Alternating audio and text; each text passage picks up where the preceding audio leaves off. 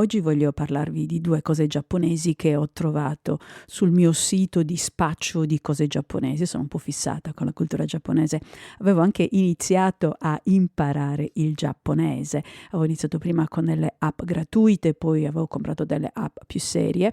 E durante la pandemia, anziché mettermi a panificare come ha fatto un sacco di gente, io mi sono messa a imparare il giapponese. Infatti sul frigo di casa ho ancora una lista coi numeri, i giorni della settimana.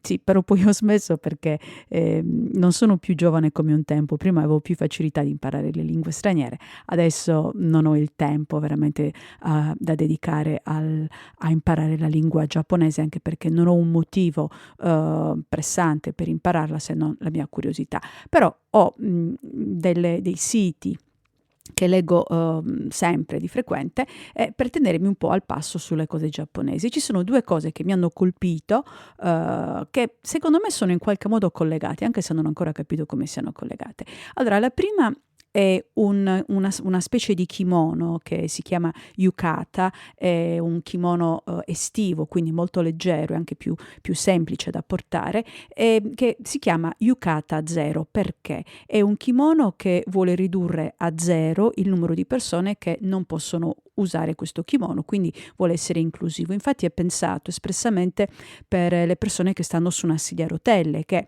hanno naturalmente difficoltà a mettere un kimono, che è un capo d'abbigliamento abbastanza complesso da indossare. Quindi cosa hanno fatto? Hanno diviso in 2 parti, una parte, immaginate la parte di giù tipo gonna e poi la parte di su tipo casacca, quindi sicuramente molto più facile da indossare.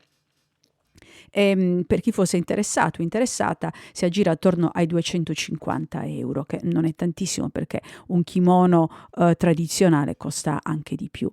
Il secondo oggetto giapponese di cui voglio parlare è sono un paio di cuffie auricolari a forma di tentacolo di polpo. Immaginate il tentacolo del polpo circa 5-6 centimetri che esce dall'orecchio.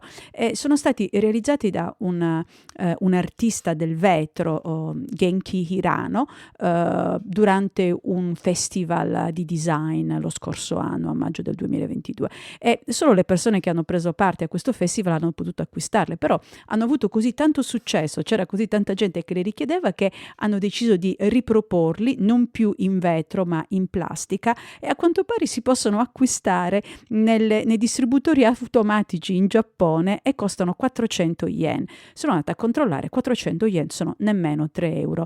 E adesso io cerco disperatamente qualcuno che dal Giappone me le compri. Vi prego, vi mando i soldi, vi mando quello che volete, voglio gli auricolari a forma di tentacolo di polpo.